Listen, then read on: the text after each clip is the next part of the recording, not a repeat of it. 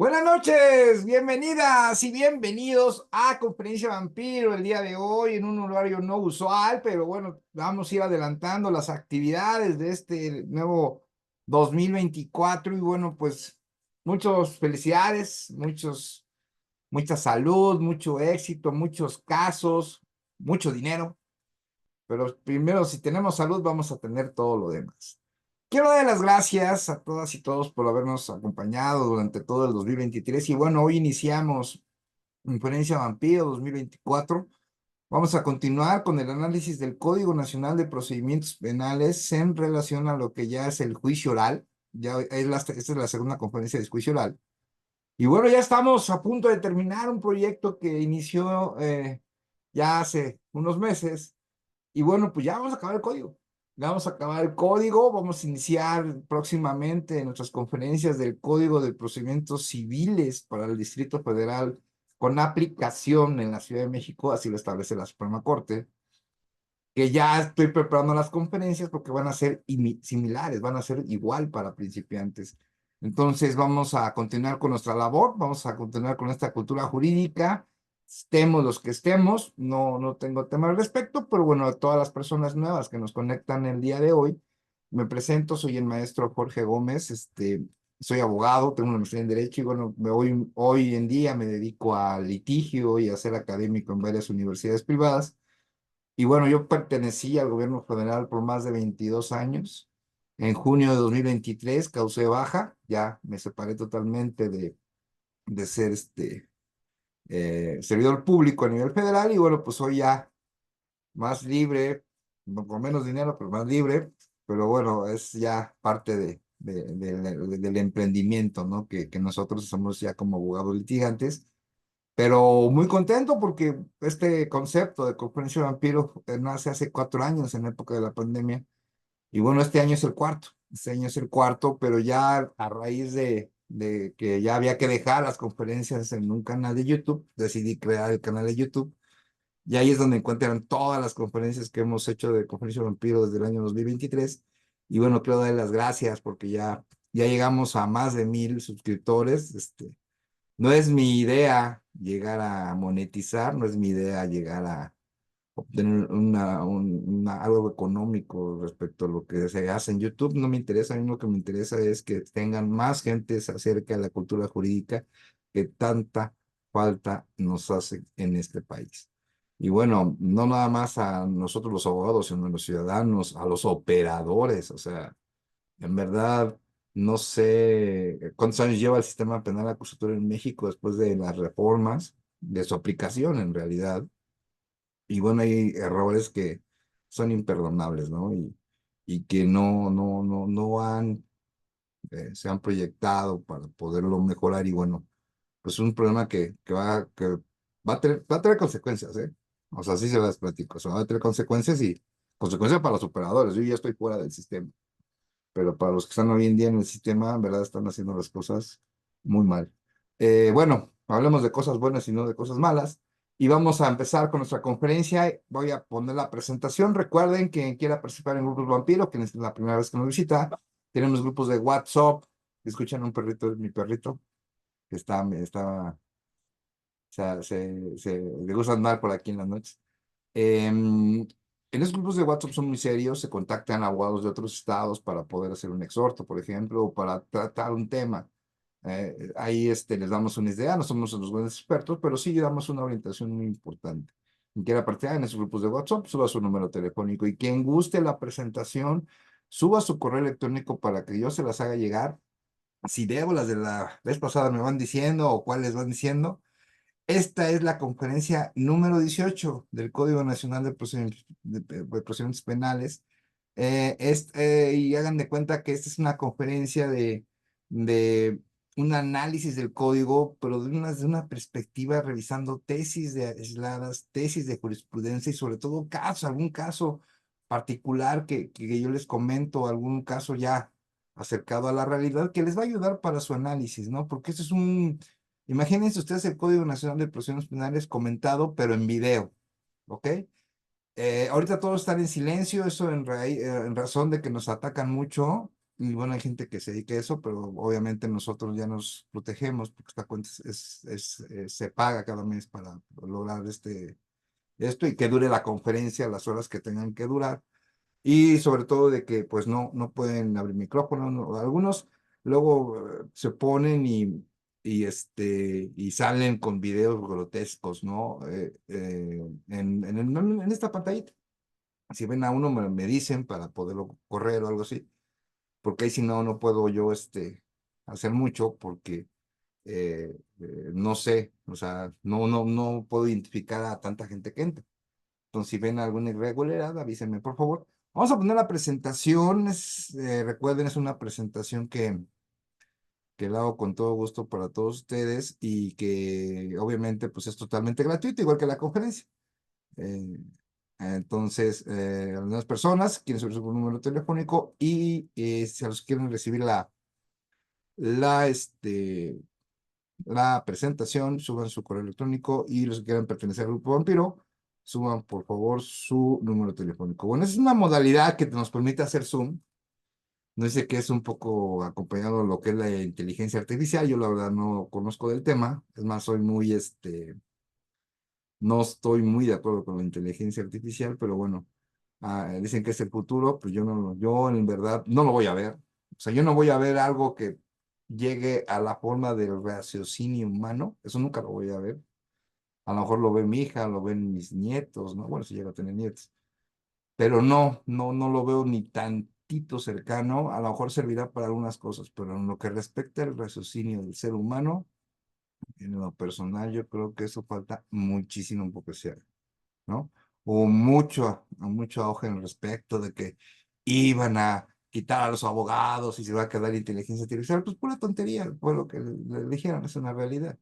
Y que el chat no sé qué y que ahí te pone la demanda. Un día lo probé, lo revisé y la demanda más fea que se pueden ustedes imaginar, ¿no? Entonces, una cosa es tener una base de datos y que se correlacione, ¿no? Y eso no tiene gran ciencia. ¿No? Entonces, pues no comparto esa idea, pero bueno, eso ya es otra cosa. Volvamos a lo nuestro. Análisis del Código Nacional de Procedimientos Penales para principiantes. Recuerden, aquí es para principiantes.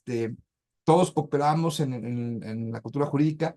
Guarden sus dudas para el final de la conferencia y si tienen algún tema en especial ustedes que quieran que los orientemos, que digamos que nuestra idea lo pueden decir al final. Y puede ser de cualquier tema del derecho, ¿eh? O sea, aquí nosotros no nos acotamos en lo penal, sino abrimos ya al final de la conferencia cómo está, ¿ok? Bueno, preparen café porque si nos vamos a tardar un ratito, ¿eh? Bueno, nos quedamos en el artículo 380, estamos hablando del título octavo, etapa de juicio oral, sección quinta, y vamos a estar hablando de lo que es la prueba documental y material, ¿no? Eh, ¿Qué se entiende por documento? ¿Cómo lo define el Código Nacional? Se considera documento a todo soporte material que contenga información sobre algún hecho. Ese es un documento. Quien cuestione la autenticidad del documento tendrá la carga de demostrar sus afirmaciones. Entonces, el documento es importante. Ahí hay mucha duda todavía. Yo he encontrado muchos compañeras y compañeros que como que se ejerce mucho la duda en relación a lo que es un dato de prueba, un medio de prueba y lo que ya se denomina como prueba, ¿no? Entonces, es que traigan medios de prueba o son medios de prueba o datos de prueba, ¿no? Entonces, bueno, primero decirles que el dato de prueba es un antecedente de investigación que llega al conocimiento del juez. Palabras más, palabras menos. Cuando ese antecedente de investigación o esa información que contiene la carpeta de investigación ya se la están presentando al órgano jurisdiccional, es cuando se denomina dato de prueba. Pero ese dato de prueba tiene un origen y ese origen es la fuente. La fuente de ese dato de prueba es a lo que se llama medio de prueba. Si ustedes conocen un dato de prueba que no esté acompañado de un medio de prueba, por favor, puede subirlo al chat porque yo hasta el momento no lo conozco. ¿Ok? Entonces, y ya cuando ese medio de prueba se desahoga en juicio oral, ya se puede determinar como prueba, ¿no? Y esto le pasa porque, por ejemplo, en una plática que estaba con unos colegas, ellos me decían que fueron a entregar unos medios de prueba, ¿no? En un juzgado X. Y yo les decía, bueno, ¿y qué? ¿Llevaste a la fuente o cómo fue? No, no, no, llevé el documento. Y yo le decía, bueno, pues llevas el documento, pero el documento como tal no es un medio de prueba. Que al documento lo vas a deshogar preguntándole al papel o qué, o sea, no, o sea, hay una fuente y la fuente es quien tuvo contacto con esa información o supo de esa información o obtuvo esa información. Entonces, el medio de prueba, pues obviamente es una persona, ¿no? Y una persona, pues es el que recayó la entrevista, es una persona que tuvo la información en sus manos, o una persona que tuvo contacto con esa información y la proporcionó para un juicio X de materia penal. Entonces, partiendo de esa premisa que yo les comento, pues bueno, vamos a ver, bueno, hay prueba documental, ¿sí? Y esta documental es algo material, ¿sale? Y van a cuestionar ese documento para demostrar esa afirmación. El órgano jurisdiccional, a solicitud de los interesados, podrá prescindir de la lectura íntegra de documentos o informes escritos o de la reproducción total de una videograbación o grabación para leer o reproducir parcialmente el documento o la grabación en la parte conducente. Hay videos en una investigación, hay audios en una investigación. Por ejemplo, ahí puede existir que ustedes tomen una carpeta de investigación y que dentro de esa carpeta de investigación hubo antecedentes de investigación, pero con antelación y al grado de tener intervención de comunicaciones privadas. Ese tema de intervenciones de comunicaciones privadas es todo un show, déjenme los comento. El juez federal está facultado para otorgar esa orden de intervención de comunicaciones privadas donde intervienen las llamadas. Y bueno, pues están las llamadas. El problema es el análisis de esas llamadas. Entonces, ¿quién recae? Por ejemplo, yo les pongo un ejemplo, los elementos de la Guardia Nacional están facultados desde un grado, por ejemplo, desde segundo subinspector, primer subinspector, que pueden solicitar mediante el número 1 de la Guardia Nacional solicitudes de intervención de comunicaciones privadas. Ahora, ¿quién puede pedir a nivel estatal? Pues a nivel estatal lo puede pedir el Ministerio Público Estatal. Obviamente, quien pide, quien va a hacer la solicitud, ahora sí, formalizadas, va a ser el fiscal general de justicia de esa entidad. Hasta ahorita yo no he visto ningún estatal, espero algún día, ¿verdad? Pero no es un acto de investigación que obviamente es de control judicial, que no se está llevando a cabo en las entidades federativas. Entonces, ahí por ejemplo, este es un ejemplo de la falta de profesionalización de muchos operadores del sistema. ¿Ok? Bueno, entonces ya tenemos el concepto primero que nos señala el Código Nacional, es el documento, soporte, material que contiene información y que ese va a ser cuestionado, quien sea el medio de prueba en este caso, para demostrar sus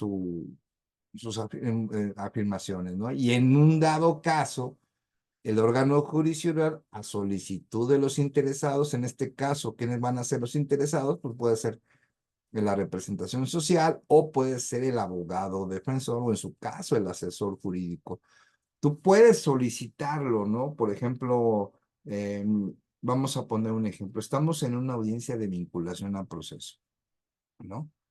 Y hace referencia, verbaliza el Ministerio Público una intervención de comunicaciones, ¿no? Un ejemplo. Dice, ¿sabes qué? Es que el hoy imputado fue intervenido su número telefónico, él es el que le está diciendo al otro, lleva los cuadros que llevan así, droga, ¿no? Por ejemplo. Y bueno, pues tú en ese momento como abogado defensor privado puedes solicitar que se escuchen esos audios en esa audiencia de vinculación a proceso. Aquí el código es muy claro.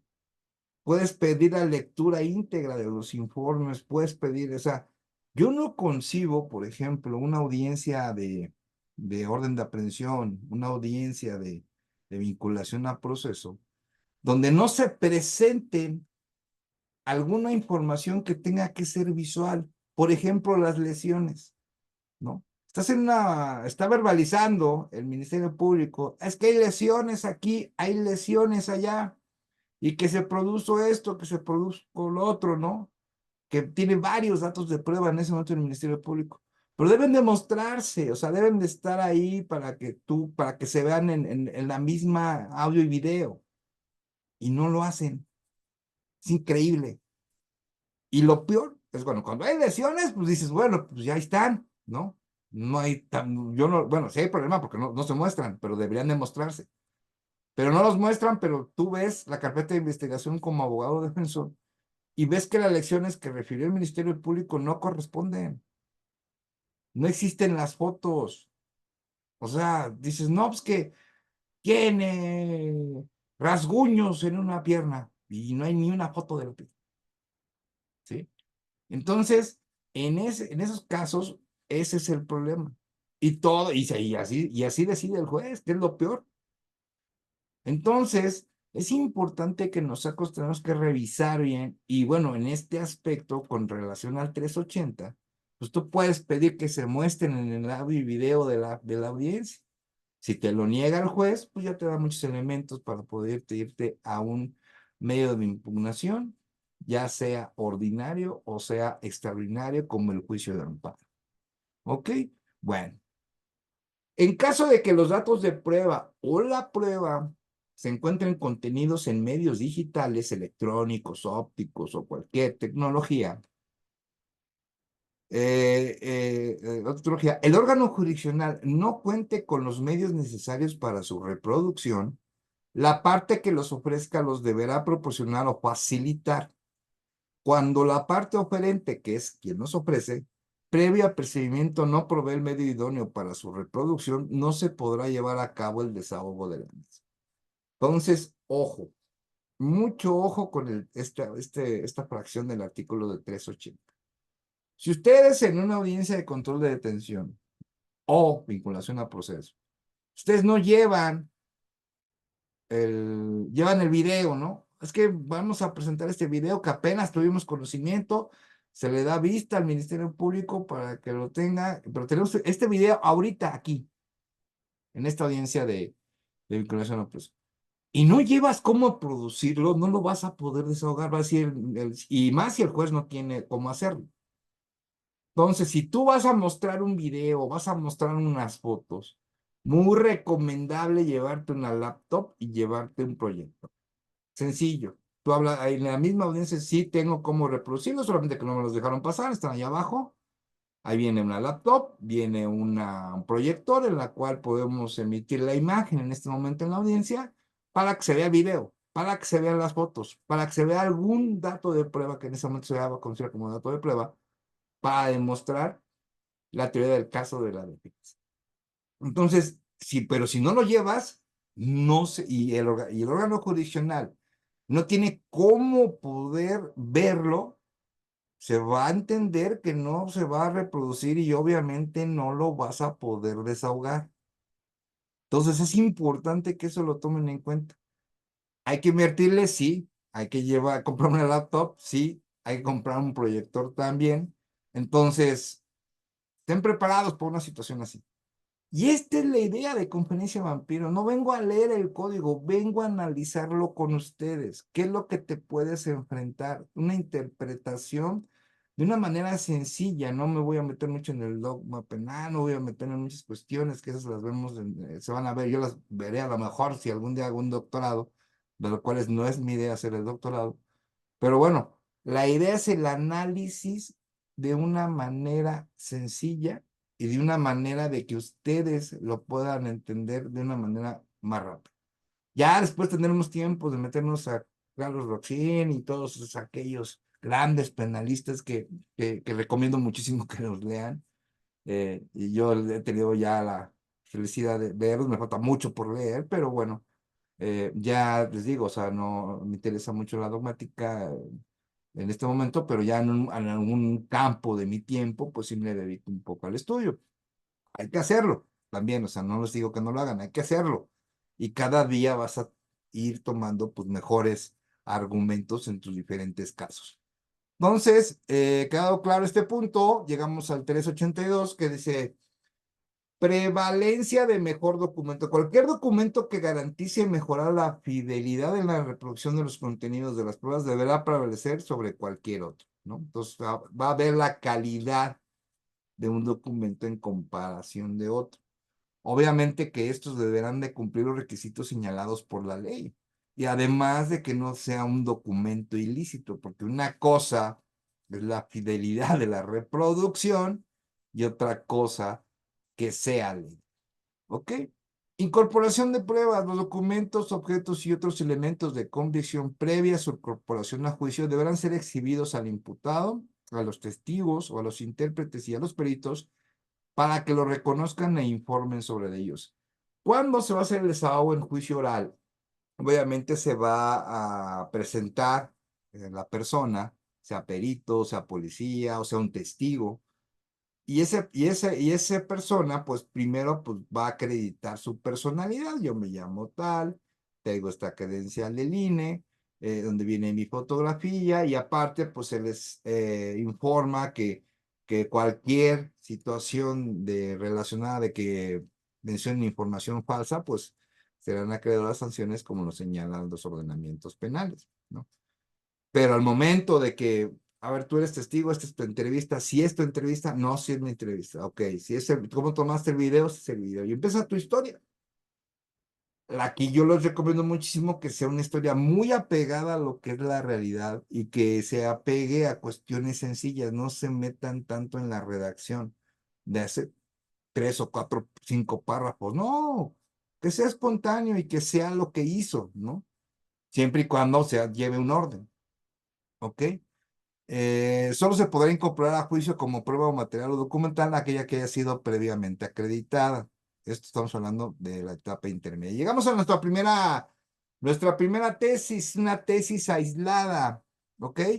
Esta nos indica que pruebas documentales privadas que contienen datos sobre el estado de salud de la víctima del delito de lesiones puede incorporarse a juicio mediante interrogatorio o un médico legista diverso de las que se elaboró para que informe sobre su contenido y queden acreditadas previa exhibición al imputado. Entonces, vamos a estar viendo las tesis. Recuerden que las tesis nada más anunciamos lo que es el rubro, no nos metemos, en algunos casos sí nos metemos a lo que es el cuerpo, pero nos venimos al rubro para tener idea, bueno, cuáles tesis hay. Acuérdense, cada viernes salen las tesis, hay que estarlas revisando y sobre todo, pues ver cuáles son las que son de jurisprudencia. Acuérdense que las de jurisprudencia son de cumplimiento obligatorio, las tesis aisladas solamente es un criterio orientador, pero hay que tener cuidado en esa parte, ¿ok?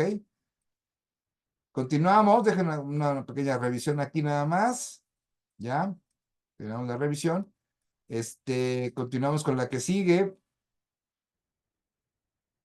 Prohibición de incorporación de antecedentes procesales. No se podrá invocar, dar lectura, ni admitir o desahogar como medio de prueba al debate ningún antecedente que tenga relación con la proposición, discusión, aceptación, procedencia, rechazo o revocación de una suspensión condicional del proceso o de un acuerdo reparatorio o de la tramitación de un procedimiento abreviado. No se va a poder incorporar antecedentes penales. Eso es importante que lo tengan. Pero también hay información de que a lo mejor se realizó una suspensión condicional del proceso y no se consolidó. Un acuerdo reparatorio, pero no se consolidó. Un procedimiento abreviado, pero no se consolidó. Toda esa información que se generó ahí no puede ser utilizada posteriormente. O sea que todo lo que se dijo ahí, pues ya queda como en una caja ahí olvidada y no puede ser utilizado. Licenciada Rocío, sí, también les envió las tesis que vemos en conferencia también se las mando, ¿ok? Prohibición de lectura e incorporación al juicio de registros de la investigación o documentos. No se podrá incorporar o invocar como medios de prueba ni dar lectura durante el debate a los registros y demás documentos que den cuenta de actuaciones realizadas por la policía o el Ministerio Público de la Investigación, con excepción de los supuestos que se expresa aquí. Entonces, es importante que la etapa intermedia, que es donde de preparación a juicio, es donde se va a presentar todos los medios de prueba que se van a desahogar en el juicio oral. Ahí es una lista que hace el Ministerio Público, una lista que hace el abogado defensor, y son los que se van a poder ahí presentar. Ya los excluye o no los excluye el juez. Si los excluye, pues ya no se van a poder hacer nada. Pero si no son excluidos por el juez, son los que se van a presentar en juicio. Entonces, ya nada va a entrar ahí. Por ejemplo, no se puede presentar después de la investigación complementaria un nuevo dato, siempre y cuando, por ejemplo, haya sido nuevo, eso sí. Pero, por ejemplo, que se pudo haber hecho antes, por ejemplo, un acto de investigación, ya no pueden presentar un nuevo acto de investigación ya en la etapa intermedia. Eso tengo mucho cuidado. Les voy a poner un ejemplo. Una evaluación de lesiones por parte de un médico legista. Ya el que hizo, el que se presentó en la vinculación a proceso, el que ya se mencione en el escrito de acusación en etapa intermedia, ya no se puede cambiar, ya no pueden hacer cambios, ya no pueden hacer un nuevo estudio de lesiones, ya es el que se quedó. Y sobre ese se va a hacer los argumentos jurídicos en el caso de que pues no hay lesiones o pues, no especifica qué lesiones. Y bueno, recuerden, eso va para todas y todos, que hoy ahorita se está llevando a cabo un curso de guías judiciales por parte de la Suprema Corte de Justicia de la Nación. Esas guías judiciales las crearon, pero yo creo que nadie les hace caso porque hacen puras tonterías en las fiscalías, esa es una realidad. Porque esas guías especifican cómo es el procedimiento para esas pruebas de diferentes tipos de pruebas. Esta semana, por ejemplo, se vio la prueba de genética, se vio la prueba de loposcopía, se vio la prueba del análisis de voz, se vio la prueba de toxicología y todos llevan un procedimiento. Y yo se los firmo desde ahorita. Las fiscalías no hacen ese procedimiento. Entonces, ¿qué pasa cuando llegas a juicio? Pues tienes que tener conocimiento de esas pruebas para ver qué es lo que está mal. Y esas guías te van a ayudar a ver, bueno, ¿está bien elaborada esa pericial o no? A partir de esas guías, y las guías judiciales están libres, o sea, no pagas por ello y mucho menos por el curso que estamos llevando ahorita. Yo me inscribí, yo estoy llevando el curso ahorita, es la próxima semana, vamos a estar de lunes a jueves, de 5 a 7 ahí, estudiando, pero quedan grabadas en YouTube, o sea, que las pueden ver. Entonces, si quieren ustedes aprender con respecto a las guías periciales, pues se les van a encontrar. Prohibición de lectura e incorporación al juicio de registros de investigación y documentos no se podrá incorporar como medio de prueba o dar lectura a actas o documentos que den cuenta de actuaciones declaradas nulas. Lo que se declare nulo durante el procedimiento no se puede incorporar en juicio oral. Si incorporan un medio de prueba que fue declarado nulo, bueno, con los otros como abogados defensores privados, tenemos que anunciarlo.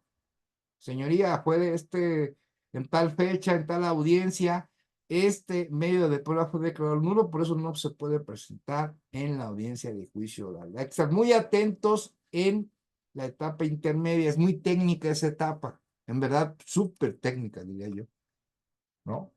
Ahora, excepción para la incorporación de lectura de declaraciones. Podrán incorporarse al juicio previa lectura o reproducción los registros de que consten anteriores declaraciones o informes de testigos, peritos y acusados únicamente en los siguientes casos, ¿no?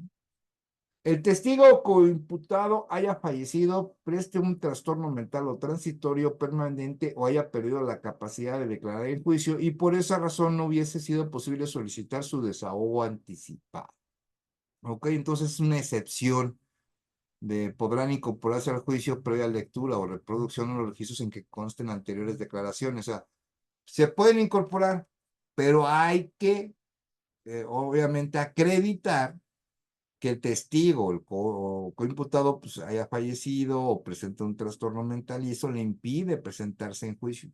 Pero lo que declaró sí se puede presentar. Entonces, es importante ver este supuesto, porque bueno, es el supuesto pues muy importante de cuando se puede incorporar, ¿no?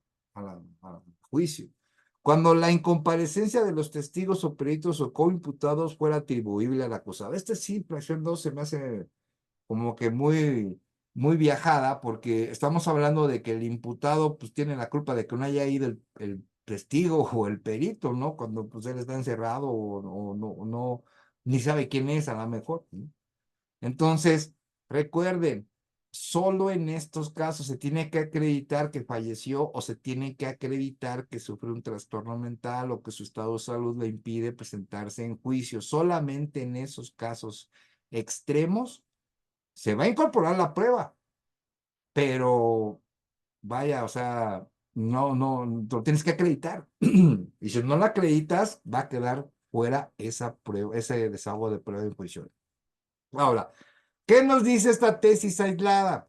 Declaración de un testigo fallecido para que proceda a su incorporación a juicios en los términos del 386 que acabamos de ver. Basta acreditar el deceso de aquel con el acta de defunción respectiva. Digo, pues es el único documento que podemos estar ahí eh, haciéndolo. Y licenciada Margarita, es el curso de guías de periciales de la Suprema Corte de Justicia de la Nación. Puedes buscarlo así en YouTube, lo vas a encontrar. Ya fueron 4 días de conferencias. Las guías también están gratis. Es más, las subí al grupo de vampiros de WhatsApp. Subí en el grupo de vampiros todas las guías, por cierto. Ahí las puedes encontrar. Bueno, si estás en el grupo de vampiros, si no subes tu teléfono, y ahí te puedo integrar para que las puedas tener. Esas guías son de leer o leer, ¿eh? O sea, no hay más, ¿eh? Así se las platico.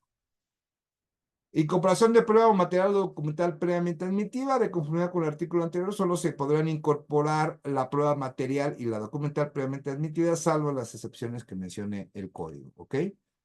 Otras pruebas, además de las previstas en este código, podrán utilizarse otras pruebas cuando no se afecten los derechos fundamentales, obviamente no debe haber violación a derechos, cuando así se hubiera solicitado por las partes para la adecuada apreciación de determinadas circunstancias relevantes del caso, el tribunal de enjuiciamiento podrá constituirse en lugar distinto a la sala de audiencias. Puede haber un elemento probatorio, por ejemplo, que no se pueda llevar, que se encuentre en un lugar por su forma, por su característica. Pues el tribunal se puede ir a constituirse en ese lugar, ¿no? Para poder conocer ese por ejemplo, un aparato grande, ¿no? Por ejemplo. El tribunal de juicio, bueno, a lo que se respecta a la medio de prueba nueva y de refutación, el tribunal de juicio podrá ordenar la recepción de medios de prueba nueva, ya que sea sobre hechos supervinientes o de los que no fueron ofrecidos oportunamente por alguna de las partes, siempre que se justifique no haber concebido previamente de su existencia. ¿Existen los medios de prueba nuevos? Sí, sí existen. Es más, en juicios, estás en juicio oral o antes del juicio oral y te puede llegar información nueva que puede ser muy importante dentro del caso y la puedes llevar. Y en ese mismo instante le dan vista al Ministerio Público y a lo mejor se puede diferir para que el Ministerio Público tenga conocimiento de ese medio de prueba nuevo. Acuérdense, es dato de prueba y medio de prueba van juntos pegados los dos. Entonces, a partir de ahí, pues se va a ingresar, ¿no? En su momento, en el caso de que pues ya haya pasado a la etapa intermedia. Ahora, estás en la etapa intermedia, te surge un nuevo dato, dale vista al Ministerio Público, tiene que aceptar toda vez que fue superviniente, toda vez que apenas tuviste conocimiento de ese dato. Obviamente se tiene que justificar bien, ¿eh? Se lo recomiendo muchísimo. ¿Ok? Bueno, ahora, mm, eh, medios de prueba, si con ocasión de la rendición de un medio de prueba surgiera una controversia relacionada exclusivamente con su veracidad, autenticidad o integridad, el tribunal de enjuiciamiento podrá admitir y desahogar nuevos medios de prueba, aunque ellos no hubieran sido producidos oportunamente, siempre que no hubiera sido posible prever su necesidad. Entonces, siempre que no hubiera posible prever su necesidad, entonces tienen que tener en cuenta que tienen que ustedes demostrar que es prueba nueva, o sea, cuando tuviste conocimiento de la información, no que la tuviste en ese momento, ¿cómo fue que la obtuviste? Entonces, hagan de cuenta que es como una entrevista nueva, ¿no? Que alguien tiene datos y que hay que entrevistarlo. Recuerden que en una entrevista tienen que cumplir con 3 elementos esenciales. ¿Quién recuerda? Y pregunta de una vez para que no se me duerman, a ver. ¿Qué debe tener un delito? Díganme si sí o no en el chat. El delito debe tener es tiempo, modo o lugar, ¿es cierto o no? Pónganme en el chat. Pónganme sí o no. ¿El delito debe cumplir tiempo, modo y lugar? ¿Sí o no? Pónganlo en el chat. Ok, claro que la respuesta es sí. Pues en una entrevista es lo mismo. En una entrevista debes de establecer tiempo, modo y lugar. Y hay 2 conceptos que se deben de cuidar muchísimo en una entrevista, y más si la grabas. Es que no induzcas al que estás entrevistando a decir la información. Se llama inducirlo. Y obviamente no debe de existir coerción, o sea, no presión, o sea, como amenaza, no ser sugestivo, ¿no? O sea, ahora, al momento que hay una persona, por ejemplo, no, es que yo estaba en la gasolinería y yo sí vi todo, y yo, bueno, llega, ¿no? Como abogado defensor. Ok, pues podemos hacer una entrevista. Sí, claro, pues hagan una entrevista. Yo sí vi todo. Ok, perfecto. No la podemos hacer nosotros como abogados defensores privados que estemos impuestos en la carpeta judicial. Tiene que hacerla otra persona, y esa persona te la tiene que entregar a ti, y luego yo tengo que hacer otro juicio donde expongo que me entregó esa persona y además el documento probatorio. Entonces, porque luego agarramos y decimos, no, yo voy y yo le hago la entrevista y aquí le firmo y todo. Imaginen ustedes, ¿no? Si tú haces la entrevista, ¿quién es el medio de prueba? Tú. Entonces, al momento de presentarla, te estás en juicio oral, ¿no? A ver, ¿quién es el abogado defensor? Jorge Gómez. ¿Quién hizo la entrevista? Jorge Gómez. Vamos a desahogar la entrevista. ¿Quién es el medio de prueba? Jorge Gómez. No me puedo partir en dos, o soy abogado en ese momento, defensor privado, o voy a ser el que realizó la entrevista, ¿no? Entonces, esa parte la tienen que cuidar muchísimo. Yo, mi pensar, si tienen ustedes otra forma bien recibida, aquí aprendemos todos. Pero cuando voy a hacer una entrevista con una persona que haya presenciado los hechos y te ayuda a tu teoría del caso, tiene que hacerla otra persona. Ahora, puede ser grabada, que eso es lo mejor. Buscas un lugar en tu despacho, buscas la manera. Yo recomiendo, por ejemplo, tienes que señalar el tiempo, ¿no? Ok, tiempo. Pon el periódico, pones el periódico de hoy. ¿Qué día fue? 1 de enero, aquí está el periódico. Y el periódico tiene la fecha, y eso no lo puedes inventar. Ya serás tiempo. Modo, ¿cómo hacer la entrevista? Ah, ok, sencillo. Sencillo. ¿Tú cómo te llamas? ¿Estás bajo presión? No. ¿Vienes por tu propia voluntad? Sí.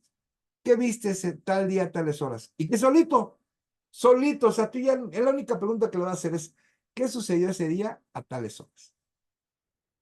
Y obviamente la persona pues va a ser espontáneo, porque no le vas a estar haciendo tu preguntas. Entonces la persona va a estar diciendo, y como va a ser espontáneo, se va a ver muy real qué es lo que tú estás buscando. Estás buscando la verdad. Digo, no estás creando mentiras, estás buscando la verdad. Termina la grabación, X, Y, Z, el mismo que es en la entrevista, bajé la grabación del celular, la puse en un disco, todo paso por paso, paso 1, paso 2, paso 3. Y aquí tienes ¿no? Un amigo luego me decía, oye, maestro Jorge, pero ¿habrá que hacer cadena de custodia? Le digo, pues, ¿por qué voy a hacer cadena de custodia si no soy elemento policial? Ya entregándola con el Ministerio Público, ya que el Ministerio Público genere la cadena de custodia. Una entrevista, ¿no? Y obviamente, pues esa entrevista la vas a tener, por eso hay que llevar laptop, hay que llevar proyector en un juicio si lo vas a presentar, ¿no? Ya, por ejemplo, el juicio oral. Pero es muy importante ver la metodología que vas a utilizar para una entrevista, y más si la vas a grabar. Ahora, ¿es forzoso grabarla? No.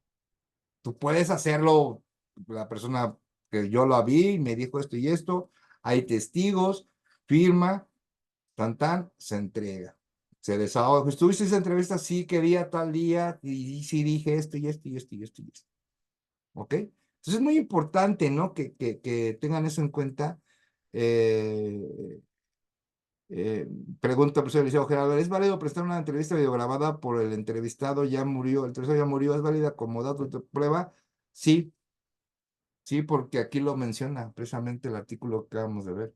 Tú puedes decir, y si es un testigo, yo lo grabé, sí, pero pues, ¿qué crees? Se enfermó y se murió. Ah, ok, aquí está el acta de defunción, sí se puede incorporar. Ahora, si te lo niegan, vaya a los medios de impugnación, ¿ok? Entonces, espero que les haya gustado mis comentarios. Esa es la idea de Conferencia Vampiro. La idea que veamos cosas que les va a servir a ustedes muchísimo, ¿ok? El medio de prueba debe ser ofrecido antes de que se cierre el debate, ¿no? Para lo que el tribunal de enjuiciamiento deberá salvaguardar la oportunidad de la contraparte del oferente de los medios de prueba supervinientes o de refutación, para preparar los contrainterrogatorios de testigos o peritos, según sea el caso, y para ofrecer la práctica de diversos medios de prueba encaminados a controvertirlos. Todos los medios de prueba que se desahoguen en el juicio oral, todos va a tener que existir el contrainterrogatorio, ¿sale? Aquí no hay de que yo lo presento y ya tú no hablas, no, no, hablan los dos, ¿no? Y obviamente ya las formas de interrogatorio, pues las señala el Código Nacional. Apertura del juicio oral. Ya empezamos con la apertura del juicio oral, ¿no? Ya pasó la etapa intermedia, ya se deshizo el descubrimiento probatorio, ya se determinaron cuáles son los medios de prueba que se van a desahogar en juicio, y ahora sí empieza lo bueno, ¿no? Como dicen en mi pueblo. El día y hora fijados, el tribunal de enjuiciamiento se constituirá en el lugar señalado. Quien la presida verificar la presencia de los demás jueces, de las partes, de los testigos, peritos o intérpretes que deban participar en el debate, y de la existencia de los casos que deban exhibirse en él, y la declarará abierta, advertirá al acusado y al público que solo sobre la importancia y el significado de lo que acontecerá en la audiencia, e indicará al acusado de que esté atento a ella. Cuando un testigo o perito no se encuentre presente al iniciar la audiencia, pero haya sido debidamente notificado para asistir en una hora posterior y se tenga la certeza de que comparecerá, el debate podrá iniciarse. ¿Ok? Entonces se inicia el debate. El juzgador que preside la audiencia de juicio señalará las acusaciones que deberán ser el objeto de juicio contenidas en el auto de su apertura y los acuerdos probatorios a que hubiese llegado las partes. Entonces, si hubo acuerdos probatorios, pues, se van a comentar. Si no los hay, pues no los van a mencionar. Pero aquí el juzgador que preside la audiencia señalará las ocasiones que debe ser el objeto del juicio contenidas en el auto. Va a haber un auto de apertura a juicio oral, que ese se establece al finalizar la audiencia de la etapa intermedia, que es donde se fija todo lo que se va a realizar. ¿Ok?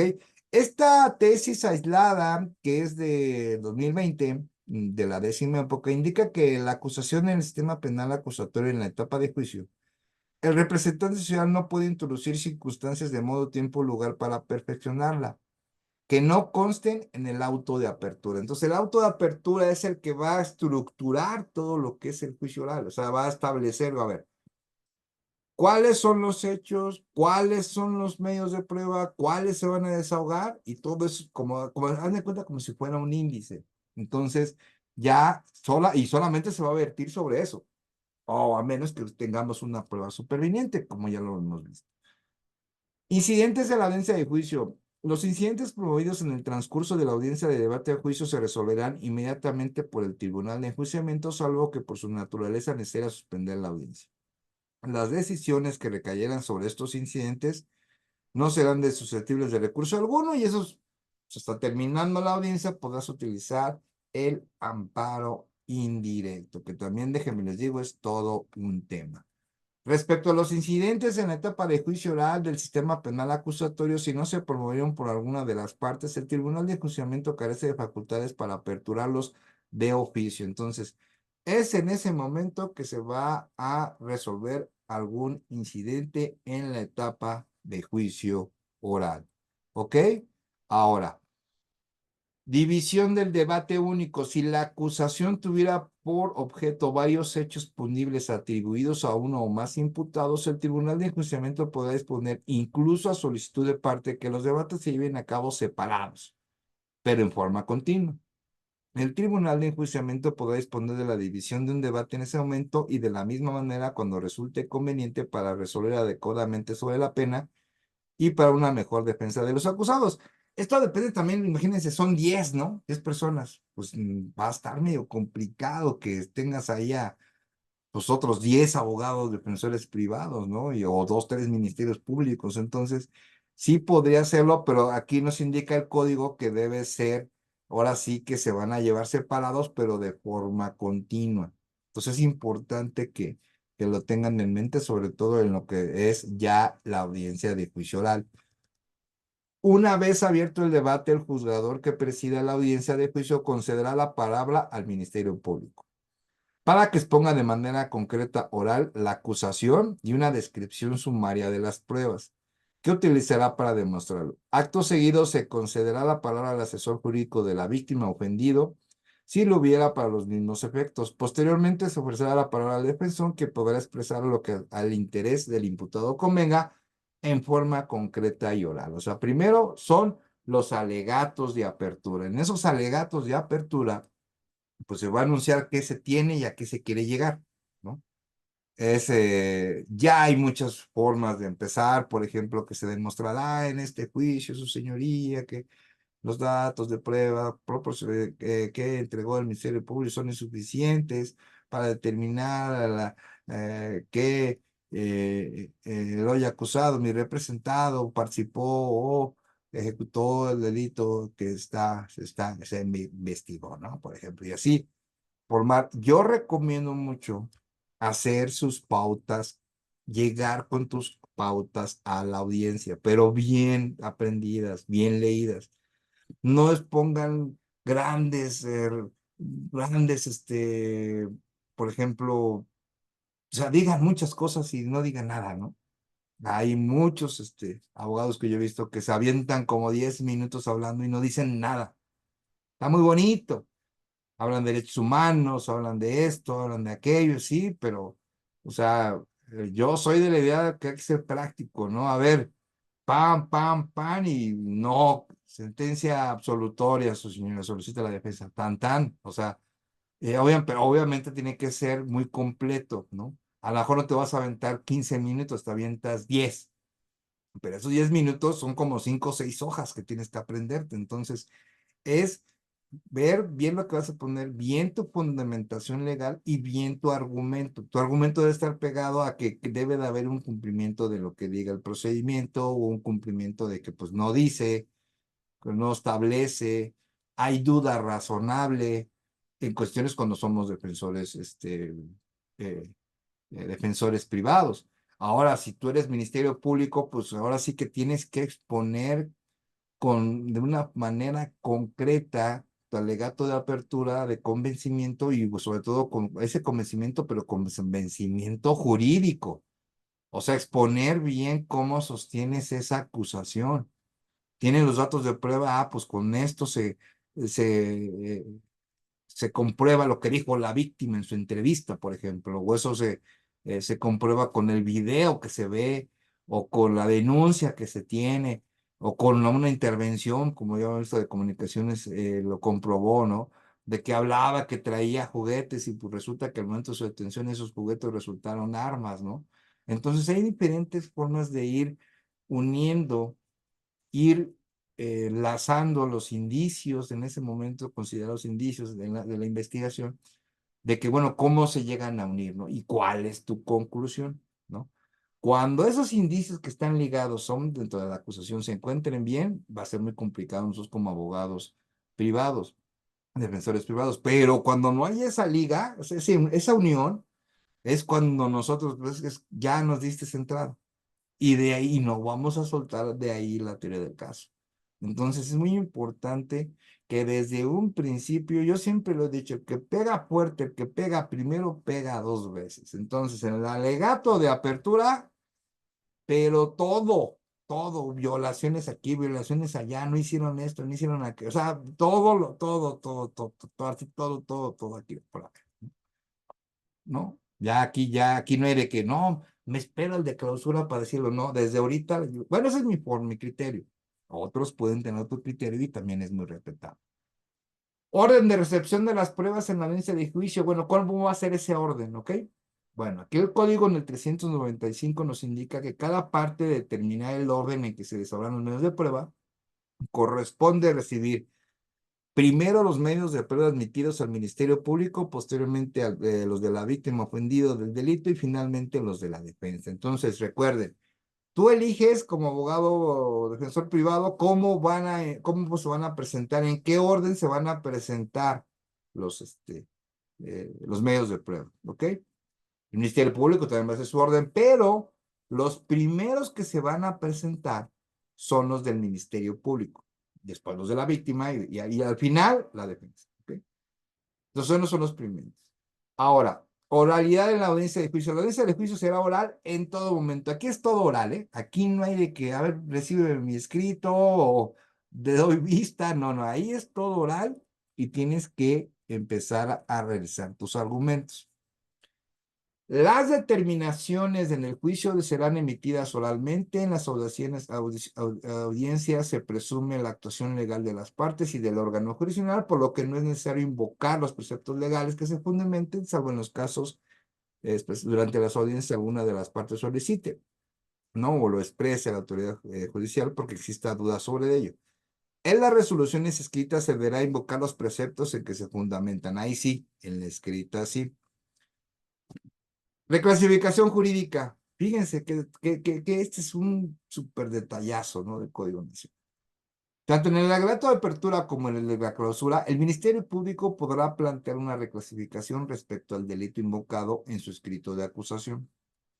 En este supuesto, el juzgador que preside la audiencia dará al imputado y a su defensor la oportunidad de expresarse al respecto y les informará sobre su derecho a pedir la suspensión del debate para ofrecer nuevas pruebas o preparar su intervención.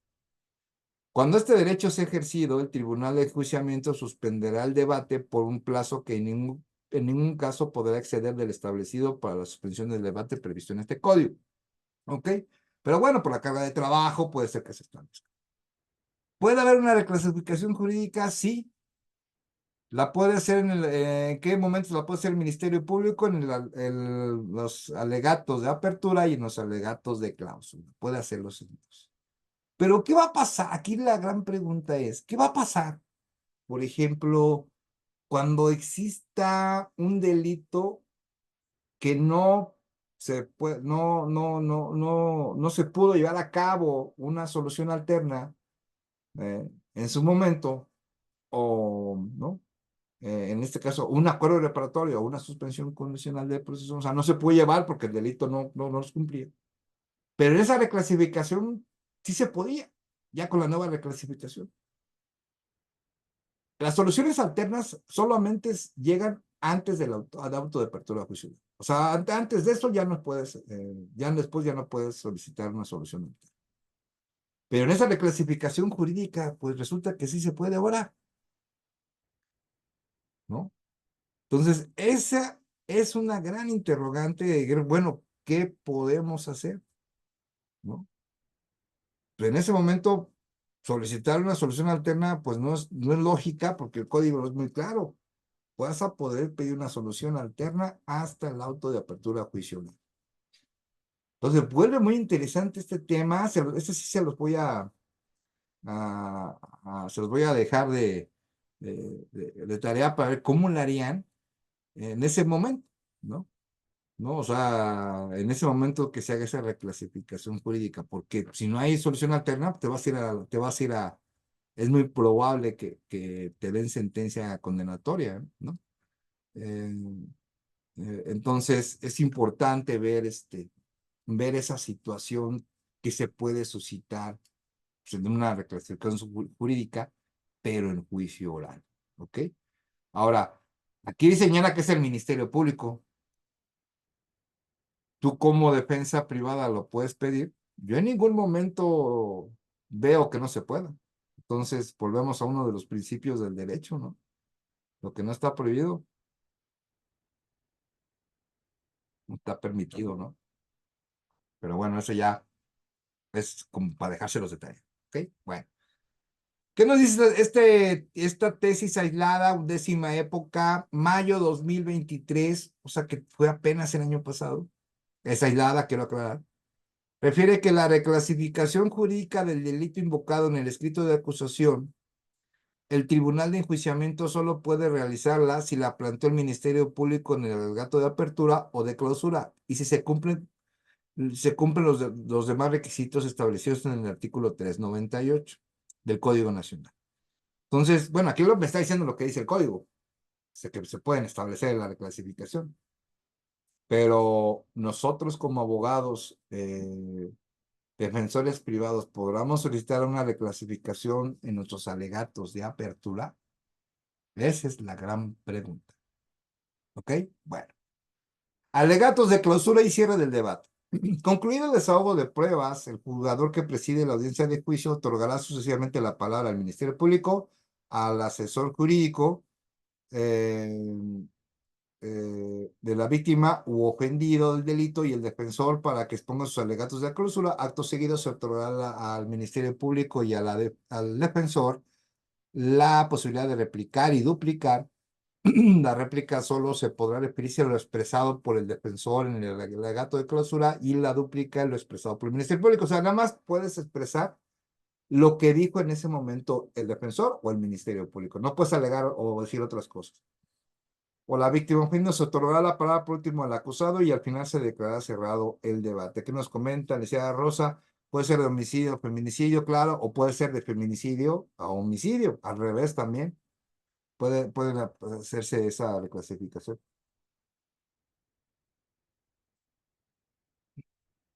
Entonces, ahí terminaron. Ahora viene lo que es la deliberación. ¿Ok? Inmediatamente después de concluido el debate, el Tribunal de Enjuiciamiento ordenará un receso, ¿no? Para deliberar de forma privada, continua. La deliberación no podrá excederse de 24 horas ni suspenderse. Y esto en base, pues, claro, está conforme a las cargas de trabajo o la complejidad del asunto, también eso es importante. En este caso, la suspensión de la deliberación no podrá ampliarse por más de 10 días hábiles, ¿no? Luego de los cuales se deberá reemplazar al juez o integrantes del tribunal a realizar un juicio nuevamente. Entonces, cuando ustedes ya concluye la audiencia de juicio oral, queda cerrado el debate, pues el juez puede decir, bueno, vámonos a otro día y en ese día ya se da la respuesta del órgano jurisdiccional, ¿no? El fallo, ¿no? Una vez concluida la deliberación, el tribunal de enjuiciamiento se constituirá nuevamente en la sala, se convocan oralmente y por cualquier medio de todas partes con el propósito del fallo. El fallo deberá señalar dos cosas: absolución o de condena. Esas dos va a determinar el juez. Esas dos que va a determinar. Si la decisión se tomó por unanimidad o por mayoría de miembros del tribunal, la relación suscita de los fundamentos y motivos que lo sustentan. En caso de condena, en la misma audiencia se comunicará de fallo y se señalará la fecha en que se hará la audiencia de individualización de las sanciones y reparación del daño dentro de un plazo que no excederá 5 días. Entonces, si es condena, ya se señala fecha para 5 días para lo que es la individualización y la reparación del daño. En caso de absolución, el Tribunal de Enjuiciamiento podrá aplazar la redacción de la sentencia hasta plazo de 5 días, la que será comunicada a las partes, ¿no? Entonces, esos son los dos caminos que se tienen al final del juicio: condena o absolución. Ya en la audiencia de individualización es donde ya se dice la cantidad de años y cuánto va a ser el monto económico que se tendrá que pagar con relación a la reparación del daño. Comunicadas las partes la designación absolutoria, el Tribunal de Enjuiciamiento dispondrá en forma inmediata el levantamiento de las medidas cautelares que se hubiera decretado en contra del imputado y ordenará que se tome nota de ese levantamiento en todo índice o registro público y policial.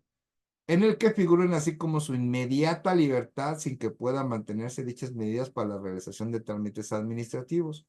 También se ordenará la cancelación de las garantías de comparecencia y reparación del daño que se hayan otorgado. Si es absolutoria, que bueno, nosotros como abogados, defensores públicos privados, es nuestro éxito, digámoslo así, pues es la libertad inmediata.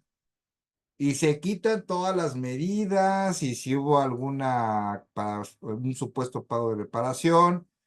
Y bueno, aquí les voy a comentar algo. A ver, quiero que me contesten en el chat sí o no. Logra sentencia absolutoria. Y si dentro de esa sentencia absolutoria, eh, se podrá realizar un juicio por responsabilidad de daño moral a la persona en la vía civil. Y obviamente, con ese daño moral, pedir este, un recurso económico. Pongan sí o no en el chat.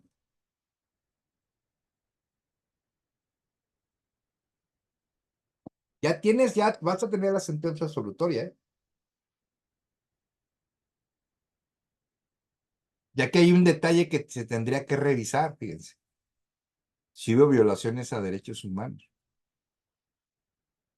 ¿Y qué dependencia es la encargada de determinar si hubo violaciones de derechos humanos? A nivel estatal, acuérdense, está la Comisión Estatal de Derechos Humanos de cualquier entidad. Y a nivel federal es la Comisión Nacional de Derechos Humanos.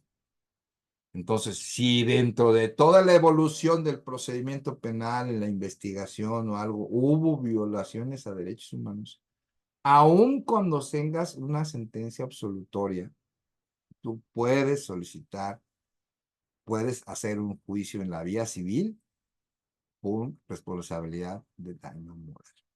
Y lo que se junte.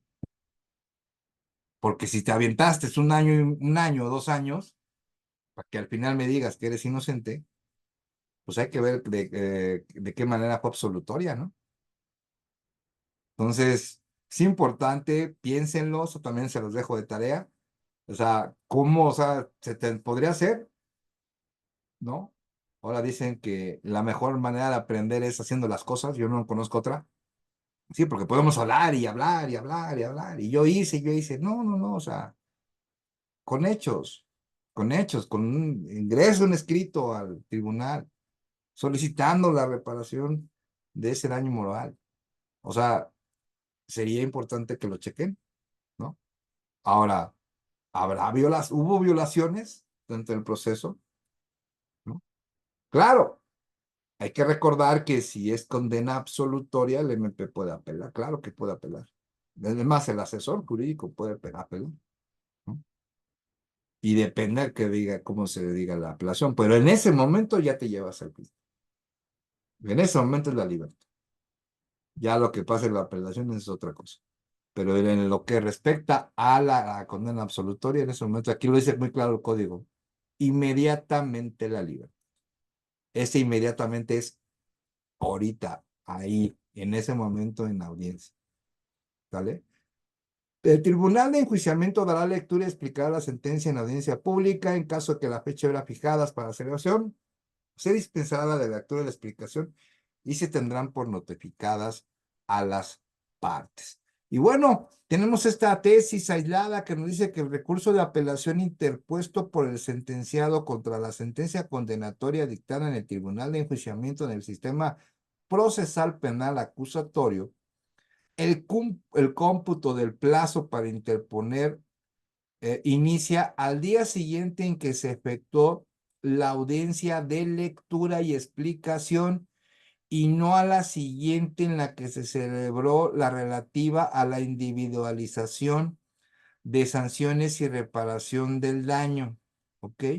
Entonces, ojo con esta tesis, es aislada, pero bueno, tenemos que tener bien en cuenta porque la temporalidad de la apelación no crea que son meses o son años, ¿eh? Luego, luego meter la apelación.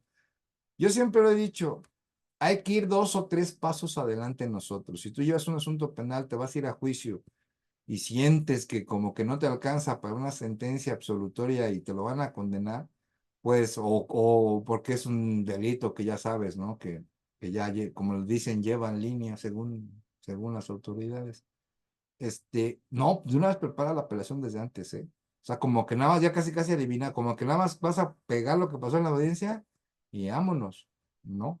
Porque a lo mejor en la apelación no lo sacas, pero ¿qué crees? Sigue el amparo. Y ahí sí, para que veas, vas a tener tiempo, pero si tienes con qué, ¿no? Y vas a tener con qué, yo casi estoy seguro, pues en verdad te va a ir muy bien, te va a ir muy bien en el amparo. Aquí tenemos una jurisprudencia. Vamos a leer esta nota del licenciado Jorge Estrada. Si hay sentencia absolutoria y el MP apela, el procesado está privado de la libertad, ¿sale libre en ese momento o tiene que esperar a que se resuelva la apelación? No. Si lo leíste bien, licenciado Jorge Estrada, y más si quieres repetirnos, porque eso es un dato importante. Aquí dice claramente en la sentencia, en la emisión del fallo, cuando es una sentencia absolutoria, ¿no? Eh, Aquí, pero un momento. Dice, comunicada a las partes la decisión absolutoria, que esa es en esa emisión de fallo, el Tribunal de Enjuiciamiento dispondrá en forma inmediata el levantamiento de las medidas cautelares. Si la medida cautelar es prisión preventiva justificada, se tiene que quitar. En ese momento, aquí dice, ¿no? En forma inmediata, que se hubieran decretado en contra del imputado y ordenará se tome nota de ese levantamiento en todo índice o registro público y policial en el que figure. O sea, en ese momento, así como su inmediata libertad, sin que se pueda mantenerse dichas medidas para la realización de trámites administrativos. O sea, todo lo administrativo a volar. El código es muy claro. Inmediata libertad. Yo entiendo por inmediato que es ahí, ahorita, en ese momento. Así lo dice el código. Que en algunos tribunales a lo mejor dicen, no, pues quédate porque va a apelar el MP. Acaba de acabar la audiencia, ¿a poco ya tiene lista la apelación? Ya si la mete el día siguiente o 2 días o 3, pues ya que definan la apelación y si la apelación dice pues que no, que es sentencia condenatoria, pues le van a generar un orden de aprehensión, ¿no? Claro, primero lo van a llamar, pero si no le encuentran le van a generar un orden de aprehensión. Pero aquí el código es clarísimo. Inmediatamente su libertad. Y ahí checamos bien lo de las tesis, no hay una tesis que diga lo contrario.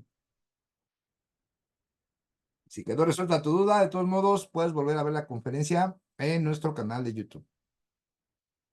Eh, um, Acuérdense la temporalidad de la apelación con respecto a cuándo se puede meter.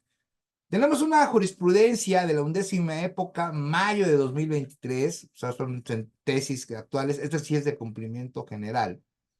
Es la que nos dice que el recurso de apelación, el plazo de 10 días que prevé el artículo 471 del Código Nacional para interponerlo se computa a partir del día en que se surte efectos la notificación de la sentencia definitiva. Y estamos hablando del papel, de la sentencia donde viene con fundamento, con con toda la aclaración, o sea, con todo y todo. En ese momento empiezan los 10 días. Entonces tenemos 10 días para que se pueda interponer el curso de apelación. Y ahora viene la pregunta de la noche, a mis conferencistas vampiras y vampiros. Yo nunca he visto, fíjense, yo nunca he visto un caso que no se meta apelación en materia penal. Pero supongamos que pues no metieron apelación, ¿no? Y te cae el asunto a ti. Y dice, pero no, ¿qué cree? Pues no metió una apelación y ya pasaron los 6 días. Ya pasaron. Ya. Tomando el principio de definitividad del juicio de amparo, la pregunta es, si no se realizó el medio de impugnación ordinario de apelación, ¿podemos meter el juicio de amparo directo? Pónganme en el chat, sí o no.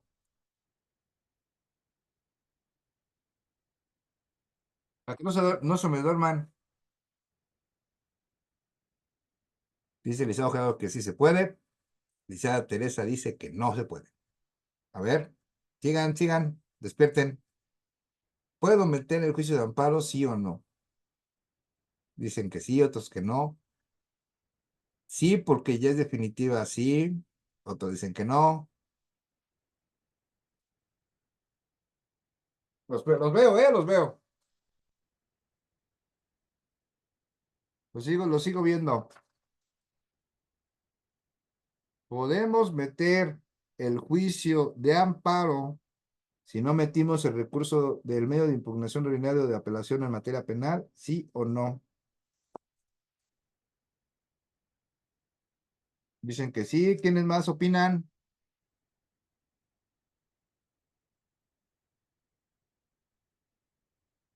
Se debe ser el principio. Bueno, el principio de definitividad, ¿qué nos dice? Que hay que agotar primero el recurso ordinario, ¿no? Si no mal recuerdo. Pero aquí ya no se ejerció. Podemos ingresar este juicio de amparo directo. Perdón, no porque tenía que haberse agotado el de apelación. Por eso, o sea, el de apelación no se agotó, pero podemos meter el amparo directo. ¿Ustedes qué opinan? Díganme. No, tener que ser directo, no indirecto, porque es sentencia definitiva. Entonces, ¿alguien más que opine? ¿Alguien más que opine? Es una buena pregunta esa.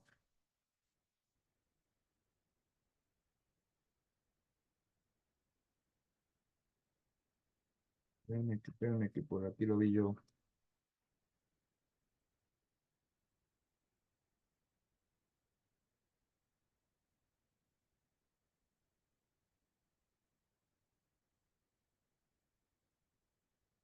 Sigan opinando.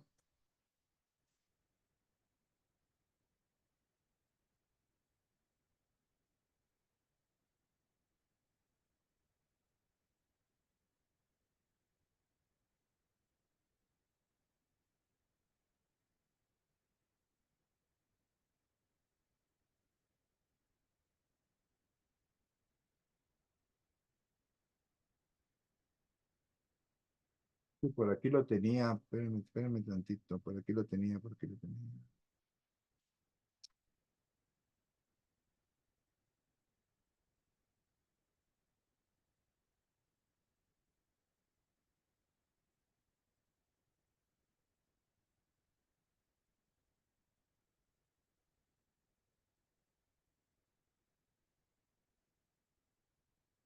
Mm, mm, mm, mm, mm, mm, mm.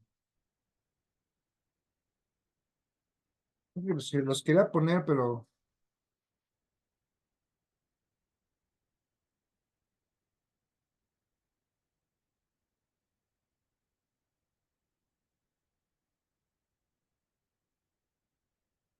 a ver, ahí les va.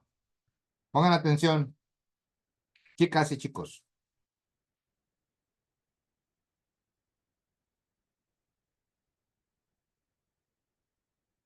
Les voy a leer lo que dice el artículo 171 de la Ley de Amparo.